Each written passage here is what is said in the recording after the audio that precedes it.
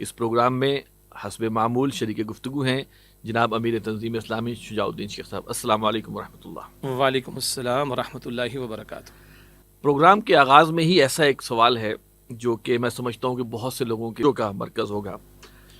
اصل میں ڈاکٹر صاحب کے اور عمران خان کے حوالے سے نا ہمارے پورے سوشل میڈیا میں کلپس وائرل بھی ہو رہے ہیں اور مختلف جو سیاسی جماعتیں ہیں اپنے اپنے مقاصد کے لیے ڈاکٹر صاحب کا نام استعمال بھی کر رہی ہیں. تو یہ علی رضا صاحب ہیں بہاولپور سے.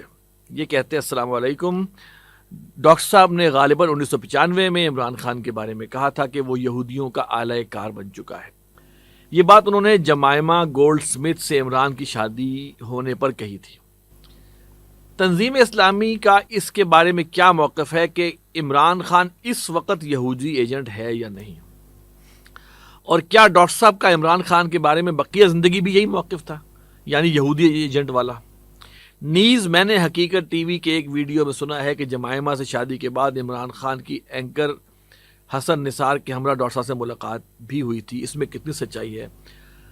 اگر یہ سچ ہے تو اس ملاقات کا خلاصہ بیان کریں. براہ مہربانی تفصیلاً جواب دیں. بسم اللہ الرحمن الرحیم. اللہم صلی وسلم علی نبینا محمد.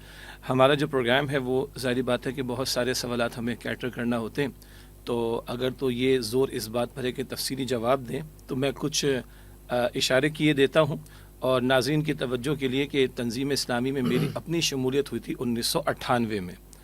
تو ڈاکٹر اسرار صاحب بانی تنظیم اسلامی رحمۃ اللہ علیہ کے ایک خطاب کا حوالہ علی رضا صاحب نے دیا 1995 کا جی.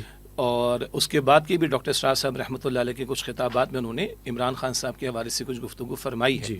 اب وہ ہمارے ریکارڈ کا حصہ تو ہے. اسی کے بانی تنظیم اسلامی ڈاکٹر اسرار صاحب رحمۃ اللہ علیہ جب خطابات جمعہ دیا کرتے تھے لاہور میں اکثر، جی. تو وہ ہمارا جو ماہانہ میثاق پرچہ ہے اس میں اس کی تحریری شکل میں وہ چھپ بھی جایا کرتا تھا اور آج بھی وہ ریکارڈ کا حصہ ہے اور آج بھی موجود ہے. اور وہ پیش کیا جا سکتا ہے. اچھا کیا علی رضا صاحب نے سوال کر لیا، کیونکہ دائیں بائیں سے سوالات اکثر و بیشتر آتے ہیں. بلکہ آپ کو یاد ہوگا کہ کچھ عرصے پہلے عمران خان صاحب سے میری ملاقات ہوئی تھی اور ہمارے تنظیم کے کچھ ساتھی بھی ہمارے ساتھ ذمہ داران بھی شامل تھے. اس وقت میں بہت سارے سوالات اٹھے تھے. اچھا، یہ جو بات آئی کہ یہودی ایجنٹ اور یہودی اعلی کار اور یہ اور وہ، یہ الفاظ ایگزیکٹلی ڈاکٹر اسرار صاحب رحمۃ اللہ علیہ کے خطابات میں نہیں ملتے. بلکہ دلچسپ بات یہ ہے کہ یہ الفاظ، جیسا آپ نے بھی انٹرو میں بیان فرمایا، کہ بعض سیاسی جماعتوں نے مخالفت کے اظہار کے لیے استعمال کیے. اور سوشل میڈیا پر آپ کو پتہ ہے کہ آج کل مونیٹائزیشن کا دور ہے. کسی کا بھی کلپ اٹھا لیا جائے، جو چاہیں اس پر ٹیگ لگا دیں، جو چاہیں اس پر آپ ہیڈنگ لگا دیں پروموشن کے لیے، لوگوں کو اٹریکٹ کرنے کے لیے. تو یہ تو کہا جا سکتا ہے کہ سوشل میڈیا پر ڈاکٹر اسرار صاحب رحمۃ اللہ علیہ کے کلپس کو اٹھایا جانا اور اپنی مرضی کے کلپس لگایا جانا، بلکہ اپنی مرضی کے ٹائٹل ہیڈنگ لگایا جانا، اور آگے بڑھ کر سیاق و سباق کے بغیر ادھر ادھر سے پک اینڈ چوز کر کے یہ ماضی میں ہمارے اسلاف اور علماء اور بزرگوں کی تحریروں کے ساتھ لوگوں نے کیا. آج کل میڈیا پر ایڈیٹنگ کے ذریعے کام کیا جا رہا ہوتا ہے.